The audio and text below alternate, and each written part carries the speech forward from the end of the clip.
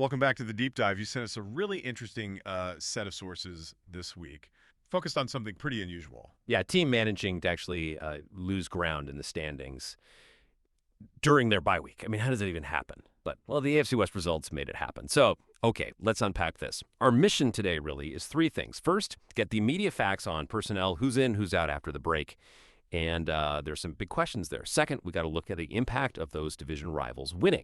It's, frankly, more severe than you might think. And finally, we need to frame this really high-stakes road ahead and look at a big coaching change in the league that, well, it could ripple right back to this organization. That's exactly right. We're looking at this intersection of internal stuff, player health, lineup choices hitting right up against external pressures, playoff odds, the coaching carousel starting to spin. We've got some pretty clear info from Coach Reid, but also that higher level analysis about the playoff picture and, the coaching market. So this deep dive is really about connecting those dots, linking the immediate injury report to the team's whole strategic outlook.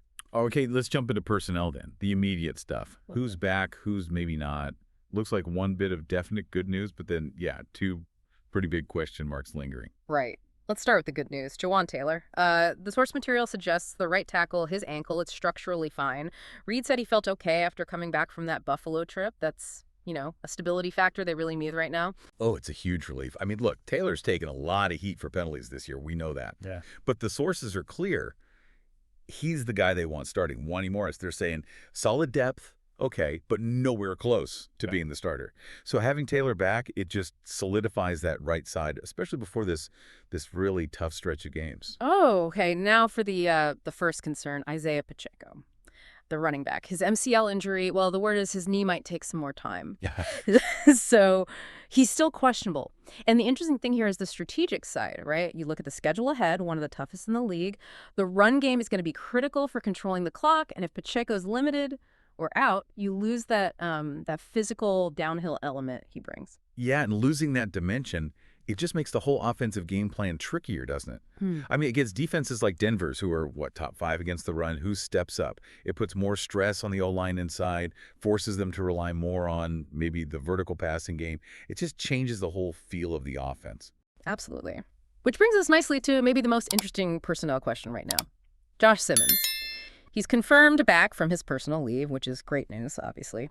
But Coach Reid, he used that phrase, we'll see, about him getting back into the lineup right away. A little vague. And that's the head-scratcher, right? Why the hesitation? I mean, the sources frame Simmons as the future franchise left tackle. Said he was fantastic for a rookie before he left. So if you believe he's the long-term answer, why wouldn't you play him? Even if he's, say, 90% or a little rusty, are they prioritizing maybe immediate stability over developing the future? Well, the analysis kind of lays out the options, the thinking there. The only real reasons not to start him immediately would be if he's, quote, so rusty, he's actually a liability out there. Or maybe, and this is just speculation based on we'll see, maybe there's some minor injury he picked up while away, something keeping him from being 100%. Because if he sits, the alternative is Jalen Moore. And Moore, he got a lot of props initially, right, for stepping in against Detroit on, zero notice. But the sources suggest his play has kind of tapered off since then, some inconsistency creeping in.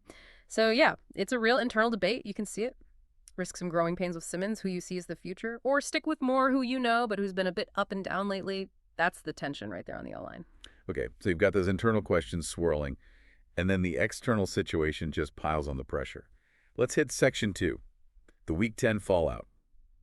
It's still kind of funny, in a bad way, that a team can lose ground while they're not even playing. It really is. The curse of the bye week, I guess you could call it. Didn't play a snap, but they found a way to lose in the division race. Because both AFC West rivals won.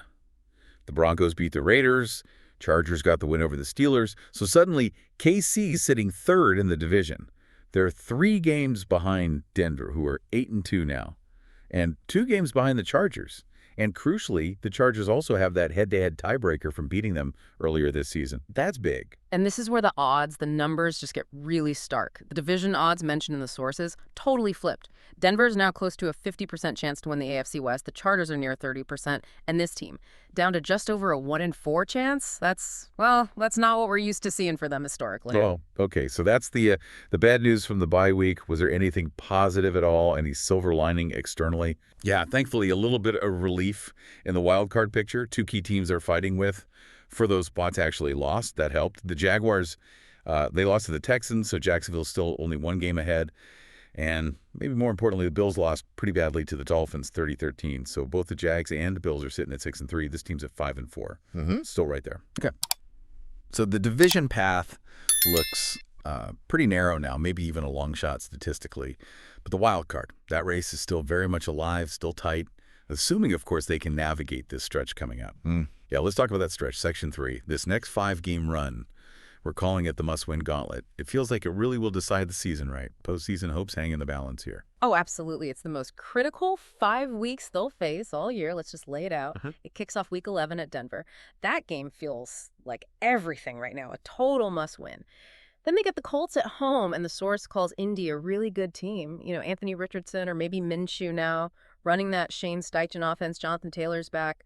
They're cooking. After that, it's at Dallas, then home against Houston, and then home against the Chargers again. Brutal. The difficulty level just seems off the charts. The source material mentions the combined record of those next 5 opponents is 37-1. No, 37-1. That's almost impossible. Yeah, it's daunting. And it's not just the record itself, right? It's what that record signifies strategically. A 37-1 combined record means you're facing defenses that probably force turnovers, defenses that control the line of scrimmage. You're facing several teams with really good run defenses, which, as we just talked about, hits right at Pacheco's uncertain health and that Simmons versus Moore question on the O-line. You got to translate those numbers, 37-1, into the actual on-field challenge. It's immense. Okay, so let's circle back to Week 11. At Denver, what are the specific stakes? How much does this one game swing things? Well, we can actually put some numbers on it using, like, the New York Times playoff machine odds. The leverage on this single game is huge. If they pull it off, if they win in Denver in Week 11, their overall playoff odds jump from just under 70% right now up to 85%. Big jump. And winning eliminates that head-to-head loss, which matters so much in tiebreakers. Their AFC West odds suddenly go up to a much healthier 38%. Still not great, but way better. Okay, and the flip side.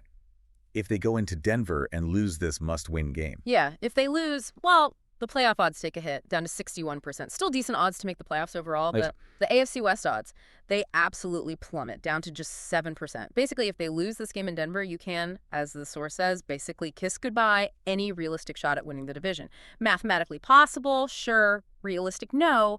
This game is absolutely pivotal for the division crown. All right, let's shift gears a bit. Moving from the field, more towards the coaching side, maybe front office implications. There was big news around the league. Brian Daboll fired by the New York Giants. His record there ended up 21-41-1. Right, and that kind of head coach firing, it always sends ripples through the league's coaching market. And yeah, those ripples could definitely reach this organization. If we connect the dots here, looking at the bigger picture, you can see 2 potential impacts pretty quickly on the current coaching staff. First, you've got the offensive coordinator, Matt Nagy. His name is already floating around, right, for the Titans job maybe. Now you have the Giants needing a coach, and maybe they look at Nagy. They've got young talent, QB, Jackson Dart, Scadaboo, Malik Neighbors mentioned in the source, and they might want an offensive thinker like Nagy, someone known for developing young players. And then, okay, if Nagy were to leave, say, for the Giants or Titans job, and that creates an opening. And the second ripple effect is, well, Brian Daboll is now available. And he does have history with this team, right? He was the OC back in 2012 under Romeo Crennel. Yeah, and the sources actually make a pretty compelling case for why Daboll might be a fit, despite that 2-14 season back then. The argument is he's a very different coach now. He had, a ton of success in Buffalo with Josh Allen, really helped Allen, quote, unlock his potential. Yeah, and the analysis of why it went wrong with the Giants is key here, too. It wasn't just, oh, he didn't have enough talent. The source points to other stuff. Maybe issues acquiring O-line talent, maybe some friction with the GM, just maybe not the perfect system fit, things that complicated his job beyond just play calling, things that made those injuries even harder to overcome. So the failure in New York might have been more complex, more organizational than just Daboll himself. Okay, so given that context, The idea presented is Daboll as maybe a coaching rehab candidate for the OC job here. Like, he comes in for a year, works with the star quarterback, helps him keep looking elite, makes the offense look really, really good. And then, he probably leverages that into another head coach job somewhere else the next year. But I guess the question is that track record, especially the recent success, enough to outweigh the memory of that 2-14 year? And maybe more importantly, is that kind of 1-year rental worth the potential disruption to the staff? Exactly. It's a temporary fix, potentially, but, you're likely getting elite offensive ideas, proven concepts for that one season. So you have to weigh that guaranteed, albeit temporary, quality against, the value of keeping the staff consistent long term. It's a trade-off.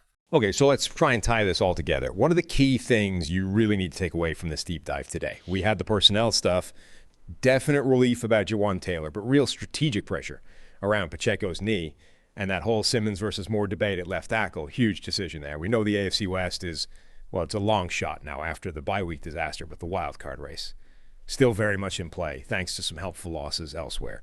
And third, that Week 11 game in Denver, it's just monumental. A true must-win, with the playoff odds swinging wildly depending on that result. Right. So what's the bottom line? What does it all mean? Well, obviously, how they play on the field these next 5 games. That determines this season. Win or go home, essentially. But the decisions they make about the coaching staff, potentially even before the offseason officially starts, depending on how things shake out with Nagy or Daboll, those decisions could really set the table for next year, too. They're kind of balancing that immediate need to win now, to make the playoffs, against thinking about long-term stability and structure within the coaching staff, which, it brings up a really interesting final thought for you to chew on. Considering how much turnover there is in the NFL coaching ranks and how vital elite coaching is, if his team faces a choice, say, between keeping their current OC for consistency's sake or bringing in someone like Daboll, a proven high-level offensive mind, but knowing it's probably just for one single season, like a temporary elite boost, how much value do you put on that short-term shot at maybe maximizing your championship window right now versus keeping the staff continuity? In today's NFL, is that temporary elite offensive brain worth the guaranteed instability that comes with it a year later? That's the real strategic gamble he might be facing down the road.